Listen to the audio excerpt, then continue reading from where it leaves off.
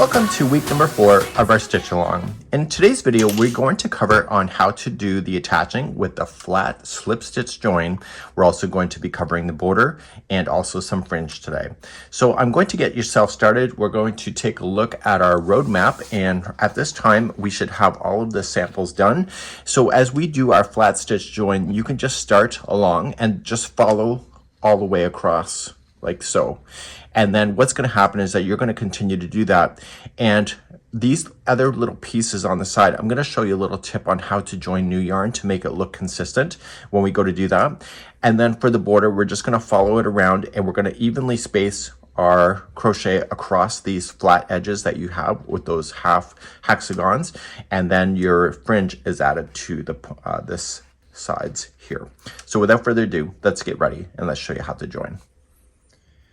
So we're going to do a flat slip stitch join to start, and if you prefer to sew it together, just use the back loops only of each of the motifs. So the back loop on this side and then the back loop of this one. And what this is going to do, it's going to create a flat join that is really desirable. So whether you choose to do it the way the designer wants or you sew, make sure you stay on the back loop only.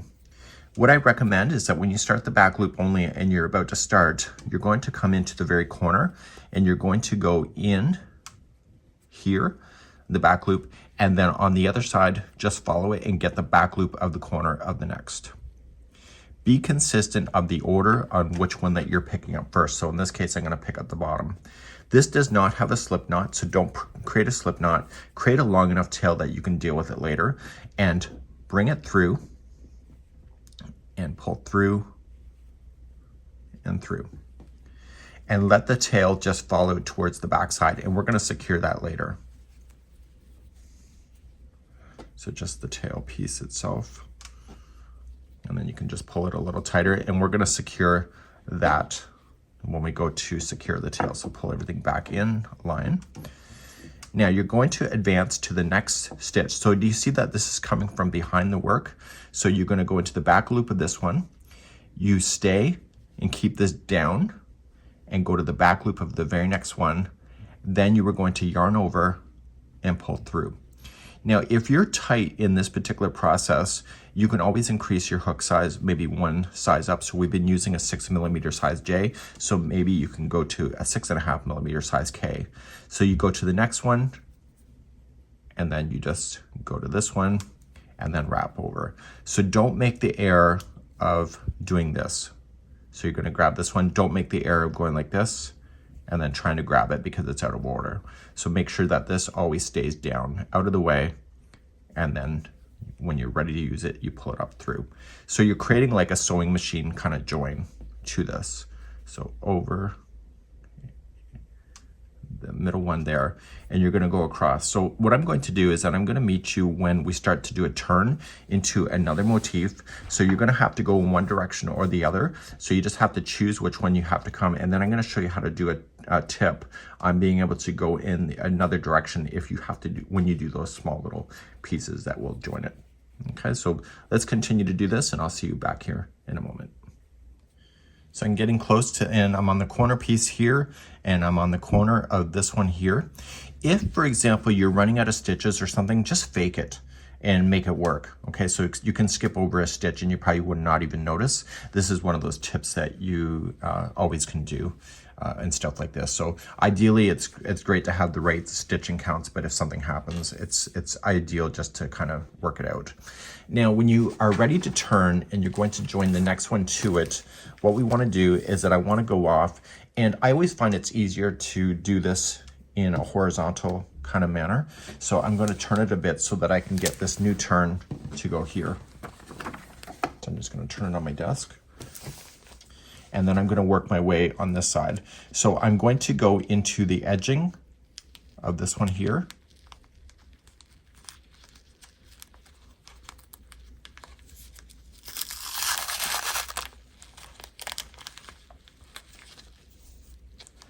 So I'm going to go into the edging of this one here, and I'm going to go back into the same edge of here, so it's the same corner. So it'll be attached to the same corner, and then you just work your way along, and so now you've just officially turned.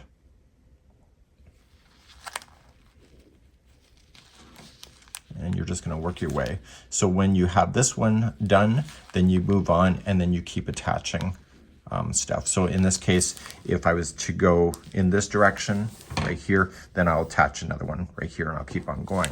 Well, what's going to happen is that you'll eventually have these little pieces that will have to be attached together. So I'm going to show you how to join it into a corner to make it look decent the way that the sample looks, and I'll be right back to show you that in a moment. So let's pretend that this is attached all the way up and you're just doing a piece that's right here.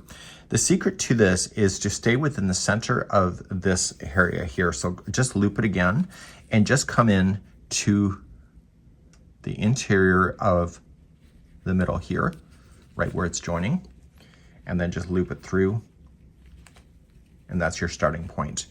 Let the straggler just fall to the backside out of your way, and then that's going to be considered your corner, and then you just move to the next one on both of your motifs to go like that. And what this is doing is that it's making the starting coming out of the join area here, and so it doesn't look out of place, nor does it leave a gap. And this is the way the real sample looks as well.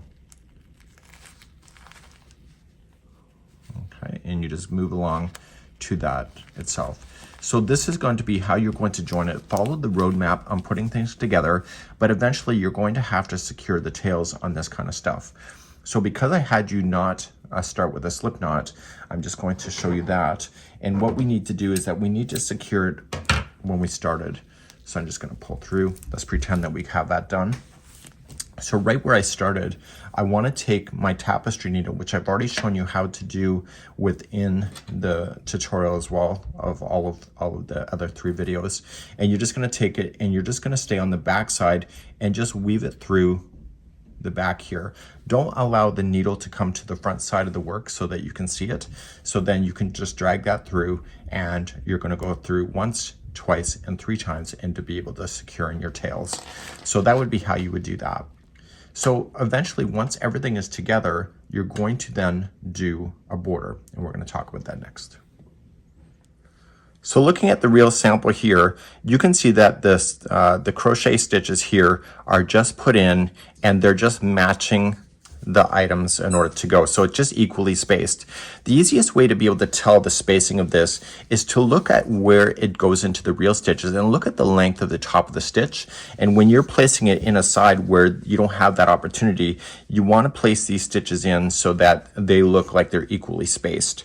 And you want to go into some chain work. If there's a space, just go around the space in order to do that, to going around. So what's going to happen as well is that eventually you are going to hit where they start doing an indentation right here. And so they want you to skip over top of the join section and just coming down, and you're going to stitch across, and then you're going to jump over and go up and down in the up and down motion when you're going to do this. So it's just literally an easy stitch in order to make that happen. When you look at the instructions, just like you see here, so it's just going to be a half double crochet. So you're going to start off in a corner. So I'd recommend that you start off in the corner right here, and you are going to chain 3, which will count as a half double crochet and a chain 1 space, just like you see. And it's 1 half double crochet in each of the stitches that you have, no matter what one that it is. Okay, it's just 1 half double crochet. When you get to the joining sections right here, you're just going to skip on over, and you are just going to half double crochet into the last stitch on this motif, and then you'll half double crochet into the first stitch on this motif. And as you hit the points, it's just going to be 1 half double crochet, chain 1, 1 half double crochet, and you're going to go up and down in this motion until you get here. Once you're at this corner, you're going to half double crochet, chain 1, and then you're just going to equally space your half double crochets along this, which will be along that half hexagon like I just showed you. And once you get to this one here, you're back to the regular stitch work. So look at the distance of the stitches on how it goes in, and then just kind of match the look of it here. So the counts are not given to you because you're only doing 1 round. So once you get all the way over to here, you just turn your blanket, half double crochet, chain 1, 1 half double crochet in this corner, and then just go up and down in the motion across, and then back through the other side. So it's a really easy way to be able to do this nice little border. So just as a quick demonstration, you want to start off, so pretend this is the corner of your blanket. You start off in the corner point, just like you see, and you are going to join it.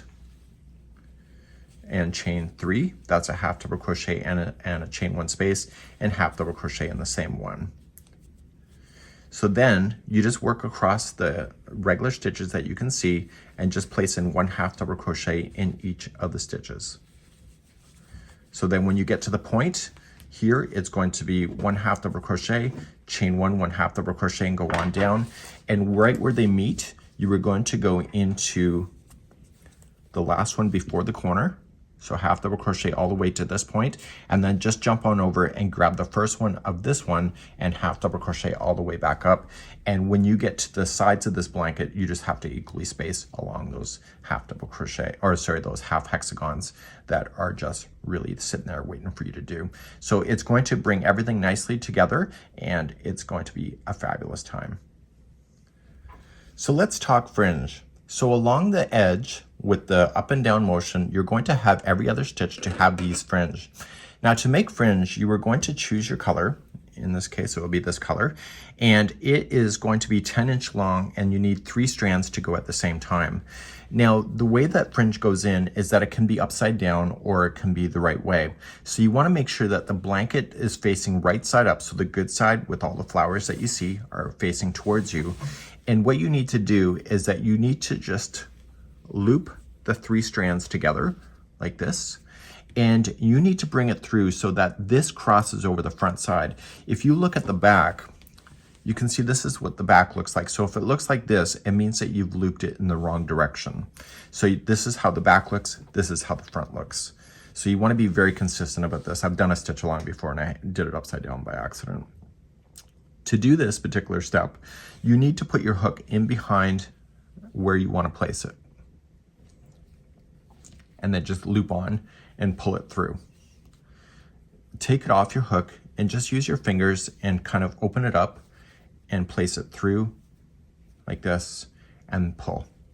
So it should match the other ones here.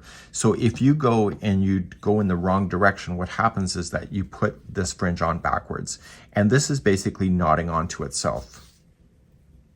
So I didn't pull it completely tight. So then if I go in the wrong direction of going from the front down like this, and then you put it in and you open it up and push it through, you will see that it's upside down compared to the rest. So you got to make sure that you go in the right direction of starting this kind of concept. So your hook has to be behind the work, coming through and pulling this through. Okay, so in behind. So from the back side, forward, as you pull it towards you, open it up and push the tails through and pull. And so this is how it should look on the edges. So you'll see that every other stitch has this fringe if you would like to do that, and it's along that edge that goes up and down, and it's a really neat way to finish off your project if you would like to add fringe. So this is how you would finish off your blanket, get it sewn together. We'd love to see your creativity, and we'd love to see you post it online of your success on being able to do this beautiful blanket together with our friends at Joann. Until next time, we hope to see you on our next stitch along coming up in the fall, and I'll be back once again. And I'm your host, Mikey from the Crochet Crowd. We'll see you. Bye-bye.